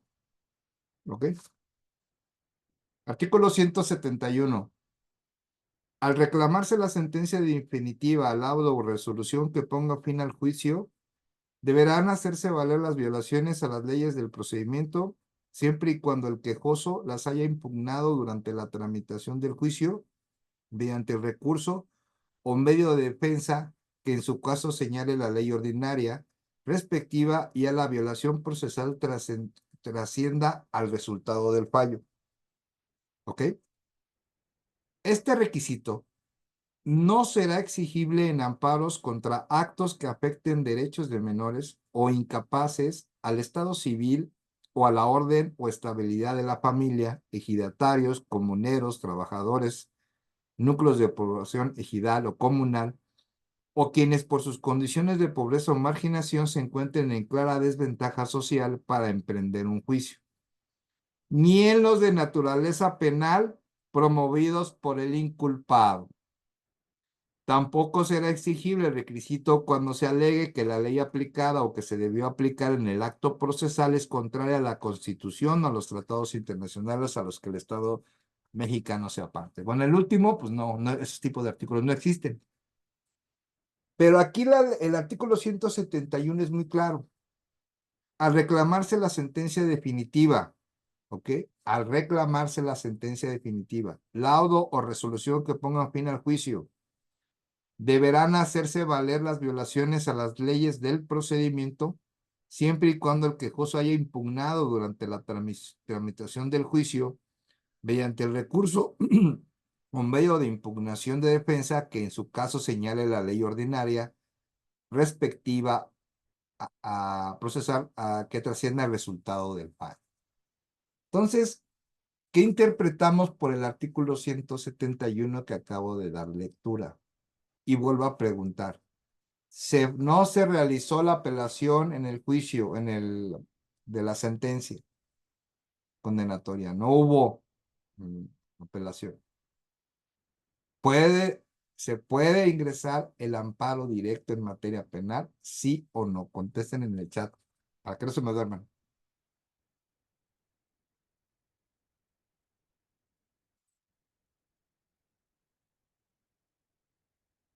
Ahora sí se entendió el 171. Pues hoy aprendimos otra cosa más. Sí, porque es tu libertad de la persona, exacto. Entonces, recuerden, pero aquí hay una parte que quiero compartir con ustedes. Es que aquí nos pone varios supuestos. Nos está señalado que no señala, este requisito al que referimos no será exigible en amparos contra afecten derechos de menores. ¿Cuándo hay derechos de menores? En materia familiar o incapaces. Al Estado civil, amparos, por ejemplo, en un divorcio, ¿no? O cambio de apellido o algo así. A la orden o estabilidad de la familia, igual. Entonces, en materia familiar, si nos dice, en alimentos, por ejemplo, si nos dicen que es una apelación que se te fue en materia familiar, ¿puedes meter amparo directo si es una sentencia definitiva? ¿Cuál sería nuestra respuesta conforme al 171? Bueno, se los dejo ahí, en verdad, es un conocimiento más. En verdad está padrísimo este tema. Bueno, a mí me fascina la materia de amparo. Miren todo lo que tengo, bueno, todo lo que leo todos los días. Es muy importante hacer su análisis. Entonces, ténganlo en mente, porque muchos abogadas y abogados piensan que en todo el derecho, si se te fue la apelación, no hay manera de meter amparo directo, y ese es un error. Es algo que es un error y bueno, ya aquí en Conferencia Vampiro ya vimos que cómo saberlo, ¿no?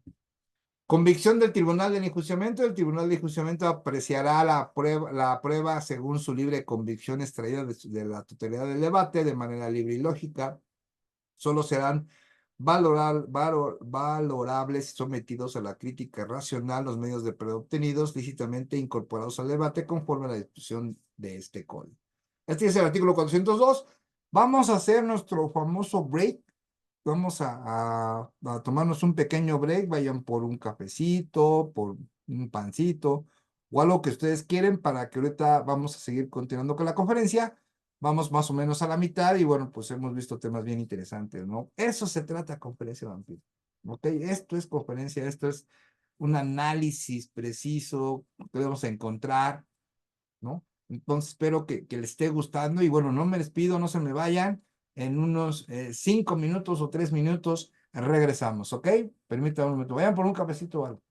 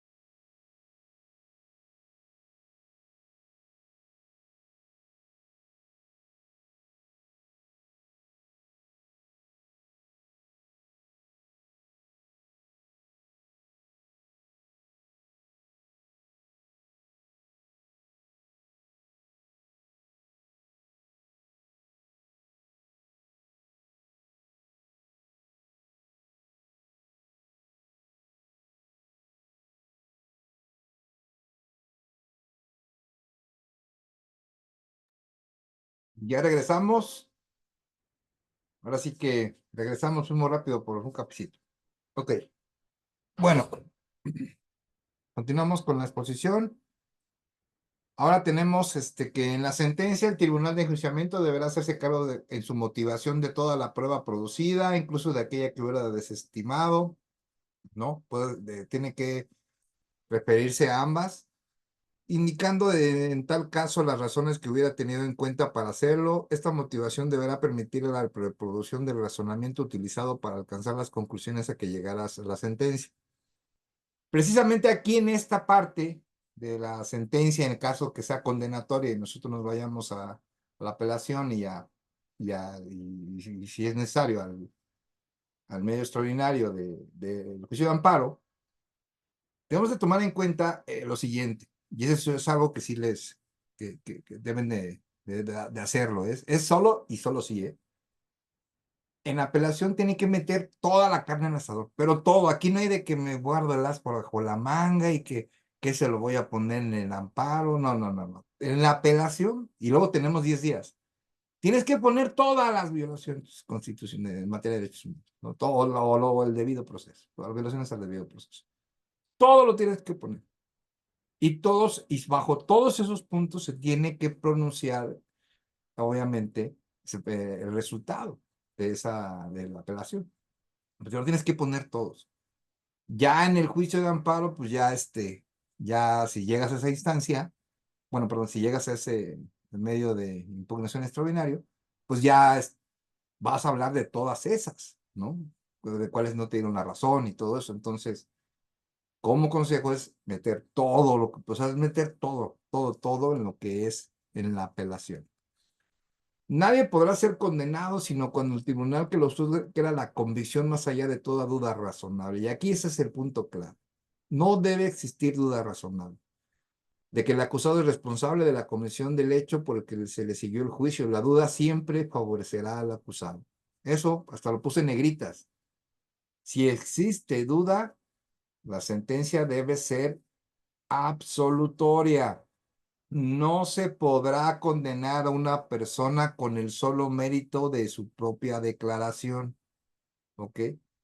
Si alguien declara que sí, lo hizo, pero nada más existe esa declaración, no, eso no es suficiente. Recuerden, ya lo vimos en Conferencia de Vampiro. La prueba de ser lógica, conjunta y armónica. Debe de cumplir con esos tres. Lógica, conjunta y armónica. Donde se rompa esa trilogía, se acabó. Debe ser absolutoria la condena. Tenemos esta tesis de jurisprudencia de la 11ª época, junio de 2023, apenas del año pasado. Pruebas en el sistema procesal penal acusatorio. Si el testimonio de la víctima no se desahogó en el juicio oral, ello no implica en automático que no se acrediten los hechos en materia de la acusación, por lo que puede dictarse sentencia condenatoria si de la valoración libre y lógica de la que sí se desahogaron se acreditó el hecho delictivo y la responsabilidad del acusado. Entonces eso lo deben tener en cuenta. O sea, si no fue la víctima, no se presentó, no se desahogó, pero sí hay medios de prueba que se desahogaron, que acreditaron el testimonio de la víctima, sí va a haber sentencia condenatoria. Pero aquí vamos a hacer el contrario censo. ¿Qué pasa si no va la víctima, pero no se acreditó que se realizaron esos hechos o no se acreditó la participación del acusado? Va a tener que ser sentencia absolutoria. ¿Ok? ¿Qué tiene que tener la sentencia? Si no cumple con esto, no cumple con el debido proceso, ya lo sabemos, pero debe contener la mención del tribunal de funcionamiento y el nombre de los jueces, la fecha en que se dicta, identificación del acusado y de la víctima o ofendido, debe tener la enunciación de los hechos y de las circunstancias o elementos que hayan sido objeto de la acusación, y en su caso los daños y perjuicios reclamados, la pretensión reparatoria y las defensas del imputado, una breve y suscita descripción del contenido de la prueba, la valoración de los medios de prueba que fundamentan las conclusiones las razones que sirvieron para fundamentar la resolución, la determinación y exposición clara y lógica y completa de cada uno de los hechos y circunstancias que se consideren probados, de la valoración de las pruebas, de los resolutivos de absolución o condena en los que en su caso el tribunal de enjuiciamiento se pronuncie sobre la reparación del daño y fije el monto de la indemnización correspondiente, y la firma de los integrantes del tribunal de enjuiciamiento. Si el órgano jurisdiccional es colegiado, una vez emitida y expuesta la sentencia, será redactada por uno de sus integrantes. Los jueces resolverán por unanimidad o por mayoría de votos, pudiendo fundar separadamente sus conclusiones o en forma conjunta si estuvieran de acuerdo. El voto disidente será redactado por su autor. La sentencia señalará el nombre de su redactor. La sentencia producirá sus efectos desde el momento de su explicación y no desde su formulación escrita, ¿no? Eso que va a producir sus efectos. Hay que tener cuidado, hay que tener mucho cuidado con los términos, ¿eh? Ha habido yo ocasiones que en diferentes partes del proceso penal eh, no te cuentan los días sábado y domingos o días inhábiles y luego sí te los cuentan, o sea, tengan mucho cuidado con el conteo. Yo siempre le he dicho a todos, con las personas que he trabajado, que en lo que respecta a los términos de materia penal, cuenten todos los días, pero todos los días. Si son 10 días, por ejemplo, cuéntalo desde que, es más, cuéntalo desde que terminó la audiencia de juicio oral, ¿eh? O sea, desde ahí empieza a contar tus 10 días y vas a meter apelación. Ese es el mejor consejo que les doy porque para que no estén peleando con los términos y que sí, el último día, que sí. Ah, y también no busquen el último día, si lo pueden entregar 2, 3 días antes, mucho mejor. En la sentencia absolutoria, el Tribunal de Enjuiciamiento ordenará que se tome nota del levantamiento de las medidas cautelares en todo índice y registro de la policía, en las que figuren y será ejecutable inmediatamente. ¿Ok? En una sentencia absolutoria, el Tribunal de Enjuiciamiento determinará la causa de exclusión del delito, por lo cual podrá tomar como referencia en su caso las causas de atipicidad, de justificación o de inculpabilidad bajo los rubros siguientes. Aquí ya vamos como nuestra clase de teoría del delito, ¿no? O sea, tenemos aquí la teoría del delito dentro del Código Nacional. ¿Cuándo son causas de atipicidad? Todas estas causas de la teoría del delito también vienen en los códigos, vienen en el Código Penal Federal y viene también en los códigos penales de las entidades, pero que aquí también lo hace referencia el Código Nacional. La ausencia de voluntad o de conducta es una causa de atipicidad. La falta de alguno de los elementos del tipo penal, el consentimiento de la víctima que recaiga sobre algún bien jurídico disponible, el error de tipo vencible que recaiga sobre algún elemento del tipo penal que no admita, de acuerdo con el catálogo de delitos susceptibles de configurarse de forma culposa, previsto en la legislación penal aplicable, así como el error de tipo invencible. Entonces, acuérdense, teoría del delito, no me voy a detener mucho aquí porque ya hay conferencias de teoría del delito en nuestro canal de YouTube, ya lo pueden ver con mayor claridad, lo que es las causas de atipicidad. Son causas de justificación del consentimiento presunto, legítima defensa, que ese también es todo un tema, el estado de necesidad justificante, el ejercicio de un derecho y el cumplimiento de un deber. Son causas de inculpabilidad, el error de prohibición invencible, el estado de necesidad disculpante, la inimputabilidad y la inexigibilidad de otra conducta.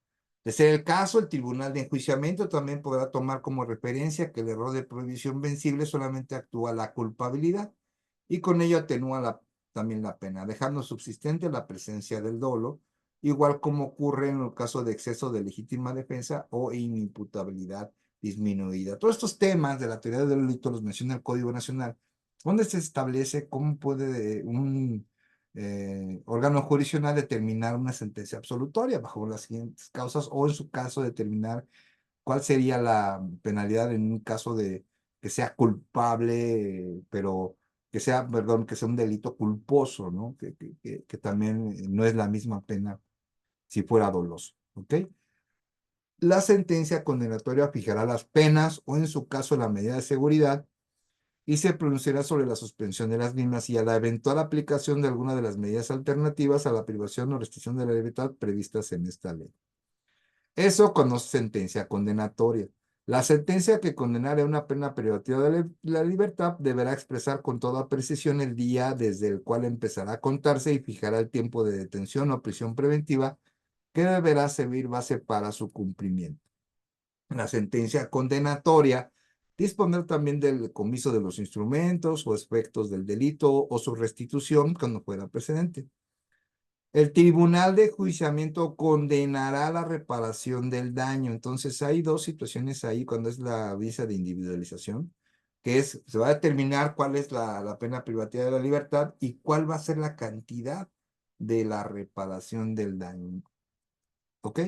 Ahora, cuando la prueba producida no permite establecer con certeza el monto de los daños y perjuicios o de las indemnizaciones correspondientes, el tribunal de enjuiciamiento podrá condenar genéricamente a reparar los daños y los perjuicios y ordenar que se liquiden en ejecución de sentencia por vía incidental, siempre que estos se hayan demostrado, así como su deber de repararlos. Entonces, parte del cumplimiento de la reparación del daño, pues aquí nos menciona el Código Nacional que podemos hacerlo vía incidental en ejecución de sentencia. O sea, ya está ejecutando la sentencia, hay una vía incidental para que se liquide. En este caso, bueno, pues es un tema muy peculiar y bueno, pues un problema que también yo lo veo en el sistema. Es que, bueno, llega la gente a condena, pero no, pues no hay pago de reparación del daño, ¿no? Y la persona ya en este caso condenada, pues no tiene los recursos económicos para poder pagar una reparación del daño, y más cuando son delitos graves, ¿no? Y cuando la reparación del daño, pues es muy alta. El tribunal de enjuiciamiento solamente dictará sentencia condenatoria cuando exista convicción de la culpabilidad del sentenciado bajo el principio general de la carga de la prueba para demostrar la culpabilidad corresponde a la parte acusadora conforme a lo que establece el tipo penal de qué se trata. Al dictar sentencia condenatoria se indicarán los márgenes de punibilidad del delito y quedarán plenamente acreditados los elementos de la clasificación jurídica.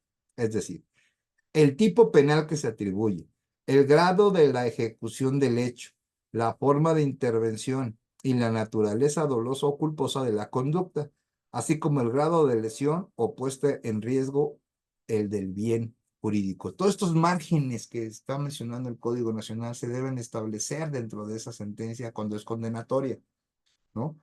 Bien, todo lo que menciona en la clasificación jurídica se debe de establecer y obviamente debió de haber estado acreditado.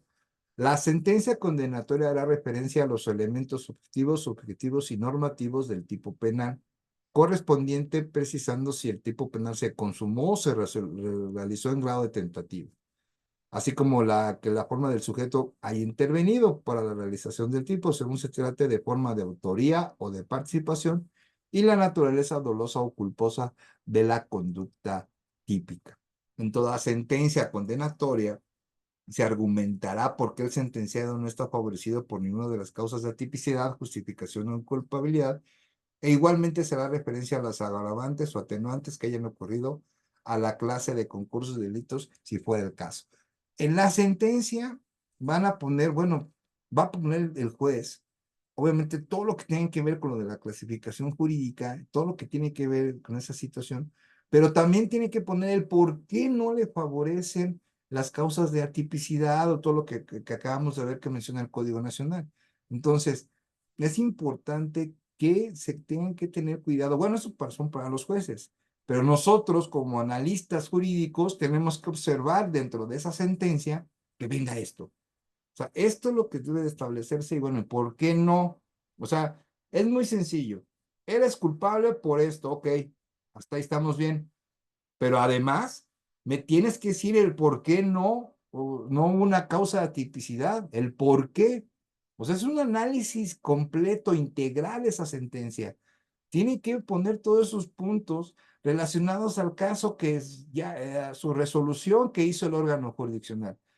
Entonces, es muy importante tener en cuenta esto porque eso es lo que nosotros vamos a analizar pensando si salió condenatoria y seguimos como representando al ya hoy sentenciado, pues que vamos a estar poniendo en la apelación. Y es importante tenerlo en cuenta porque recuerden, son 10 días. O sea, ahí tenemos que trabajar al doble. la sentencia de condena no podrá sobrepasar los hechos probados en juicio, los medios de prueba, la individualización de sanciones y reparación del daño. El desahogo de los medios de prueba para la individualización de sanciones y reparación del daño procederá después de haber resultado sobre la responsabilidad del sentenciado. Aquí está bien interesante estos temas porque fíjense que hay medios de prueba para determinar dos puntos. Uno, que se acreditó el hecho que la ley señale como delito y la participación o autoría de lo ya sentenciado, ¿no? Pero de haber deben de existir medios de prueba para la reparación del daño. O sea, es importante porque eso se van a desahogar en una audiencia diversa. Y luego, pues esas no hay, no tienen.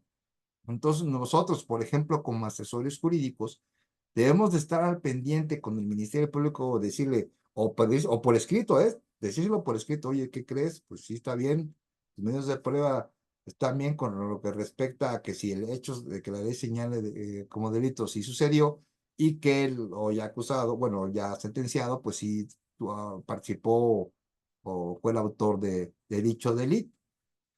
Pero la reparación del daño, ¿qué medios de prueba necesitamos? Ah, bueno, pues en los medios de prueba se necesita, por ejemplo, que estamos como asesores jurídicos, pues un cotejo, no sé, un documento por parte de por ejemplo, de un perito, ¿no? En psicología, ¿no? O un psicólogo profesional que establezca que se necesitan tantas sesiones, ¿no?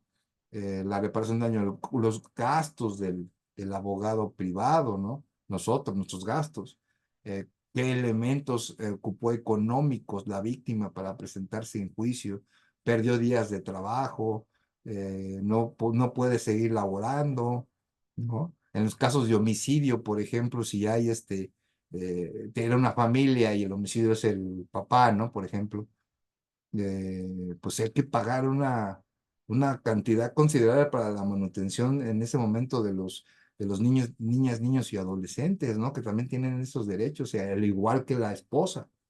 Entonces, todo eso se tiene que realizar. Y bueno, ¿qué medios de prueba presenta? Pues muy sencillo, ahí está el acta de matrimonio, ahí está el acta de los hijos, vivían con tanto dinero al día.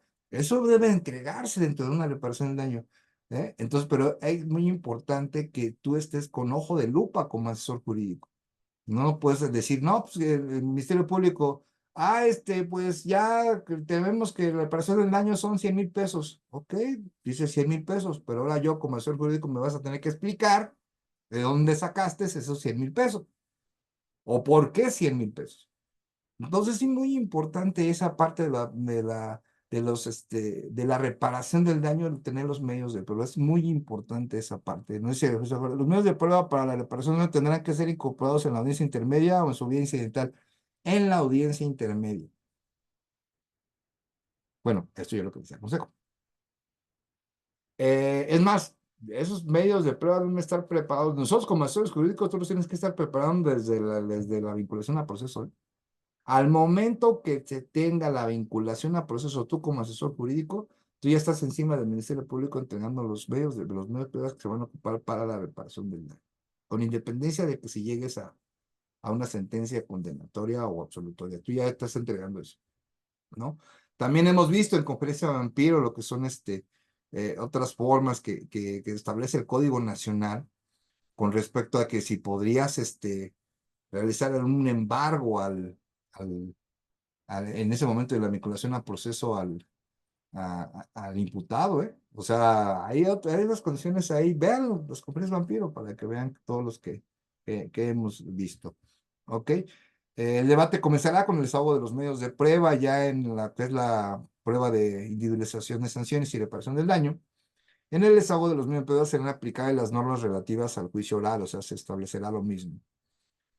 Tenemos undécima época, una tesis aislada que nos indica que la demanda de amparo directo puede presentarse en el plazo de hasta 8 años establecido en el artículo 17, fracción segunda de la ley en la materia, contra la sentencia de apelación emitida en el sistema penal acusatorio que revoca la absolutoria de primer grado. Se pronuncia sobre la acreditación del delito y la plena responsabilidad penal del acusado y reserva jurisdicción al tribunal de enjuiciamiento para la individualización de las penas. Entonces, estamos hablando de la demanda de amparo. Digo, hay varias tesis que aquí les presento, mismas que también se las mando en conjunto con la presentación. Entonces, si subieron su correo electrónico, pues se les va a hacer llegar. Después de la apertura de la audiencia de individualización de los intervinientes, el Tribunal de Enjuiciamiento señala la materia de la audiencia, dará la palabra a las partes, sus alegatos de apertura. Acto seguido se solicitará a las partes que determinen el orden en que se desea el desahogo de medios de prueba. Esto iniciará con el desahogo de los medios de prueba y continuará con los alegatos de apertura de las partes. Entonces, una audiencia de individualización. Ya en este momento ya es sentencia condenatoria. Cerrado el debate, el Tribunal de Enjuiciamiento deliberará brevemente y procederá a manifestarse, ¿no? Con respecto a la sanción a imponer al sentenciado y sobre la reparación del daño causado a la víctima ofendido. Asimismo, fijará las penas y pronunciará la eventual aplicación de alguna de las medidas alternativas a la pena de prisión. Sobre su suspensión, indicará en qué forma deberá, en su caso, repararse el daño. Dentro de los 5 días siguientes en esta audiencia, el tribunal redactará la sentencia. La ausencia de la víctima que haya sido debidamente notificada no será impedimento para la celebración de la audiencia. El Tribunal de Enjuiciamiento, al individualizar las penas de seguridad dentro de los márgenes de punibilidad establecidos por las leyes penales, el Tribunal de Enjuiciamiento la sanción tomando como referencia la gravedad de la conducta típica y antijurídica, así como el grado de culpabilidad del sentenciado. El Tribunal de Enjuiciamiento pues, tomará como referencia primero, va a haber un límite inferior y un límite superior, ¿no? Obviamente el Ministerio Público por lo regular pide la pena máxima, pero el que va a decidir cuántos años va a ser el juzgador de enjuiciamiento. Va a decir, bueno, si la pena es de 5 a 10 años, él, por el grado de la conducta típica, por el grado de culpabilidad, se le pone una pena de 7 años, por ejemplo, ¿no? Y dependiendo de esa sentencia, pues ya es la que va a determinar y que va a ser privativa de la libertad. Las medidas de seguridad no accesorias a las penas y las consecuencias jurídicas aplicables a las personas morales serán individualizadas tomando solamente en consideración la gravedad de la conducta típica y antijurídica. Esto con respecto con las personas morales. ¿Quiénes son las personas morales? Bueno, las personas morales son las empresas, ¿no? Entonces ahí es donde ya se va a indicar cuál va a ser la sanción en ese caso. La gravedad de la conducta típica y antijurídica estará determinada por el valor del bien jurídico, su grado de afectación, la naturaleza dolosa o culposa de la conducta, los medios empleados, la circunstancia de tiempo, modo y lugar, una ocasión del hecho, así como por la forma de intervención del sentenciado. Entonces, todos estos factores, como es el grado de afectación, la dolosa o culposa, si hubo medios que emplearon, el tiempo, modo, lugar, la forma de intervención, van a ser considerados por el Tribunal de Enjuiciamiento para determinar cuál va a ser la pena. Entonces, esos es los puntos a tocar, ¿no? Que ahí es donde nosotros vamos a emplear un análisis, por ejemplo, para poder buscar por qué llegó a ese número, ¿no? Por ejemplo, por qué llegó a 8 años, por qué llegó a 10 años. El grado de culpabilidad estará determinado por el juicio de reproche, según el sentenciado haya tenido, bajo las circunstancias características del hecho, la posibilidad concreta de comportarse de distinta manera. Esto ya estaríamos hablando, por ejemplo, de un delito culposo, si en un mismo hecho intervinieron varias personas o cada una será sancionada de acuerdo al grado de su propia culpabilidad. Cada uno va a tener una diferente sentencia. Y bueno, esto de que comportarse de distinta manera, pues es muy dado de lo que pasa, por ejemplo, como ya les comenté, en un delito culposo cuando no se previó, ¿no? Por ejemplo, no arreglaste el coche y por eso se fueron los frenos y por eso atropellaste a una persona y se murió, ¿no? Es un homicidio culposo.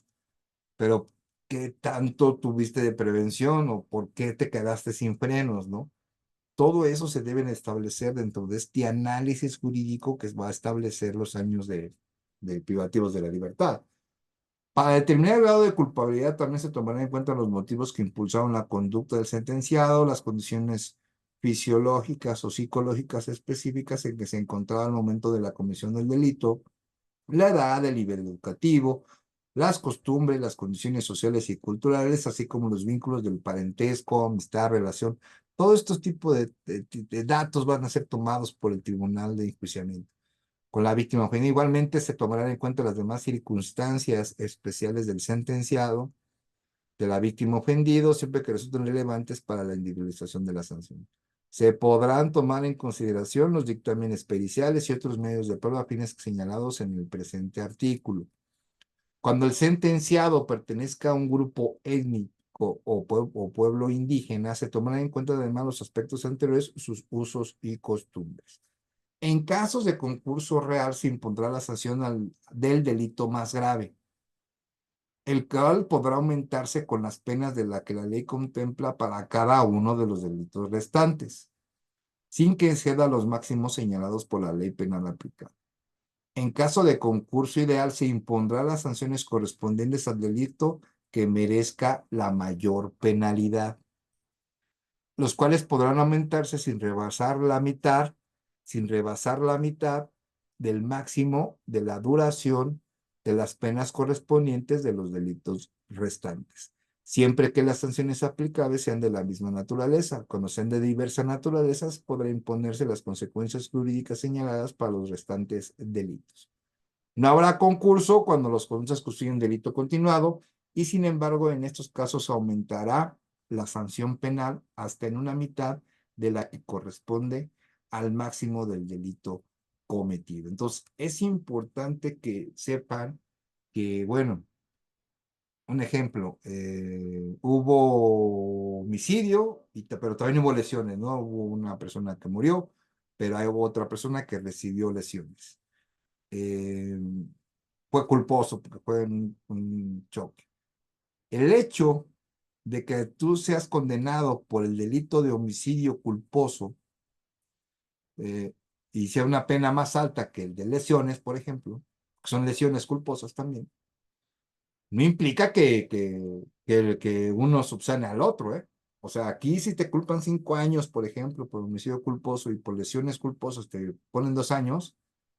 O sea, no crean que ya cumple 5 y como el otro son 2, pues ya queda cumplido. No, sino son 5 más 2, o sea, son 7. Entonces, es importante tener en cuenta que aquí no es de que tienes una pena alta y ya vas a subsanar a los demás, ¿no?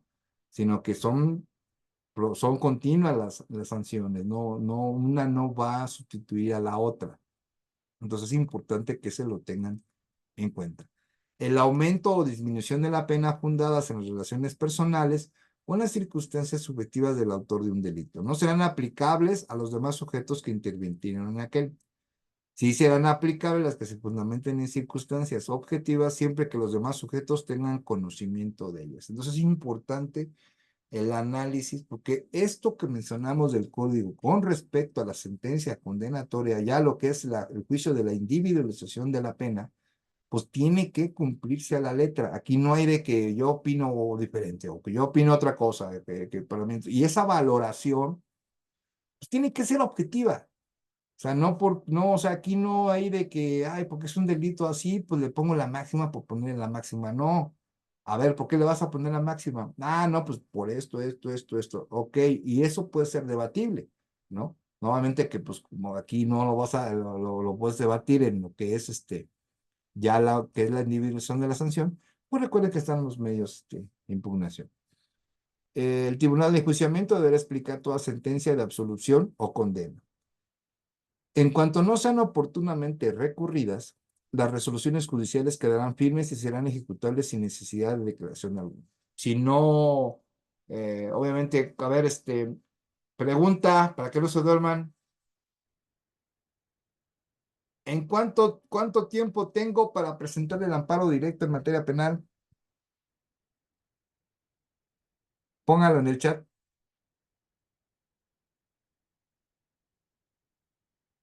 ¿Cuántos, cuánto tiempo, cuál es el término para...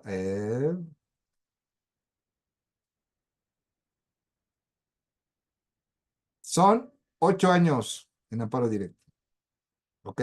Para que lo tengan también en mente. Son 8 años para poder meter el amparo directo.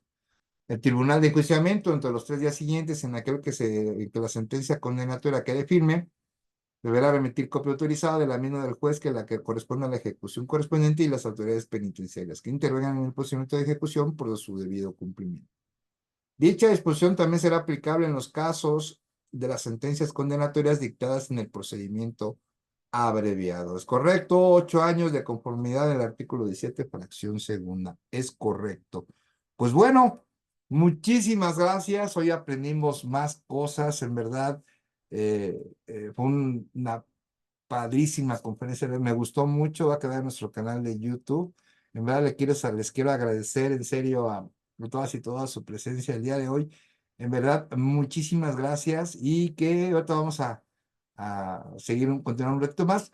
Nada más, permítanme un momento y muchísimas gracias. Permítanme un momento, por favor.